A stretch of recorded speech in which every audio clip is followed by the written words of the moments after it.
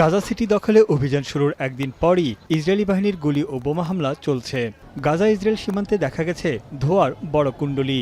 একদিকে ইসরায়েলি সেনারা প্রবেশ করছে, অন্যদিকে জীবন বাঁচাতে পালাচ্ছে গাজা সিটির বাসিন্দারা। আন্তর্জাতিক সম্প্রদায়ের সমালোচনার মুখেও গাজার বৃহত্তম নগরী দখলের পরিকল্পনা নিয়ে এগিয়ে যাচ্ছে ইসরায়েল। গাজা উপত্যকার প্রায় ৭৫% এখন ইসরায়েলিদের দখলে। গেল সোমবার কাতার ও মিশরের মধ্যস্থতায় নতুন একটি যুদ্ধবিরতি প্রস্তাবে সায় দেয় ফিলিস্তিনের স্বাধীনতাকামী সংগঠন হামাস।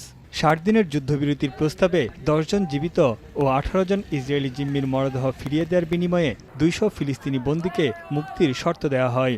তবে এই প্রস্তাবে এখনও সাড়া দেয়নি ইসরায়েল। এমন অবস্থায় জিম্মিদের মুক্ত করতে এবং গ্রহণযোগ্য শর্তে গাজা যুদ্ধ শেষ করতে সেনাদের নির্দেশ দিয়েছেন ইসরায়েলি প্রধানমন্ত্রী বেনিয়ামিন নেতানিয়াহু। এ সময় তিনি বলেন, হামাসকে পরাজিত ও সব জিম্মিকে মুক্ত করা দুটি কাজই একসঙ্গে চলবে। אני הגעתי היום לאוגדת עזה כדי לאשר את התוכניות שצה"ל הציג בפניי לשר הביטחון להשתלטות על העיר עזה ולהכרעת החמאס. אני מאוד מעריך את ההתייצבות של חיילי המילואים וכמובן של הצבא הסדיר למען המטרה החיונית הזאת. এদিকে নতুন যুদ্ধের আশঙ্কায় গাজা সিটির বাসিন্দারা। এরই মধ্যে সিটির ঘনবসতিপূর্ণ অঞ্চলে মোতায়েন করা হয়েছে ইসরায়েলি শত শত ট্যাঙ্ক। الجوع والحصار والحرب والصواريخ اللي بتنزل علينا ولا بننزح من منطقة لمنطقة، قاعدين وهم مرميين في الشارع، لا خيمة ولا أي حاجة، وعازليننا في الشوارع ولا حد مدور علينا. كون يعني مرضي مش هقدر اطلع بين الناس والزحمه، فلقيت يعني طلعت. في اي لحظه بتلاقي الصاروخ نازل في المنطقه اللي انت فيها، ولسه كانوا جنبينا ضربوا ناس في غرفه في عماره جنبينا، واحنا الله اللي سطر يعني. তীব্র খাদ্য সংকট ও অনাহারে ভুগছে গাজা সিটির পরিবারগুলো। বেশিরভাগ শিশুই ভুগছে অপুষ্টিজনিত নানা রোগে। নেই প্রয়োজনীয় চিকিৎসা ব্যবস্থা ও ঔষধ। জাতিসংঘের ফিলিস্তিনি শরণার্থী সংস্থা জানিয়েছে, গাজা সিটিতে ইসরায়েলি সামরিক অভিযানে অপুষ্টিতে ভোগা শিশুরা মারা যাবে, যেখানে গেল ৫ মাসে অনাহারে ও অপুষ্টিতে ভোগা শিশুর সংখ্যা বেড়েছে প্রায় ৬ গুণ।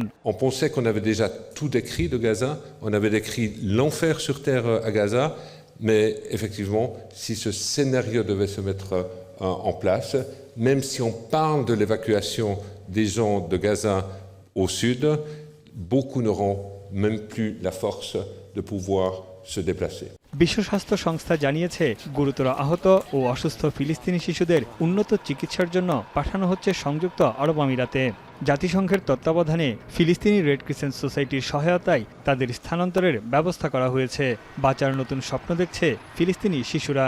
كانت قنبلة كواد قاطر حسب ما كلها اجت في رجلين ابني، كانت الاصابه وشظايا عملت اصابات طفيفه للباقيين. بتمنى انه يطلع لي شعار ويعالجوني، عشان هنا في غزه فيش ادويه وفيش علاج.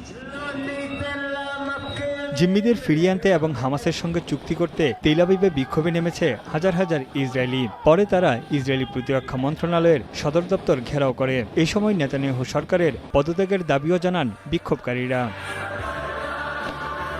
তানভীর জানি, এখন বিশ্ব। কালার এক্সপার্ট, জর্জ স্যাপ এবং মাইল্ড অন হ্যান্ডস টেকনোলজি সমৃদ্ধ অরিক্স ক্রিস্টাল ওয়াশ আপনার লন্ড্রি এক্সপার্ট।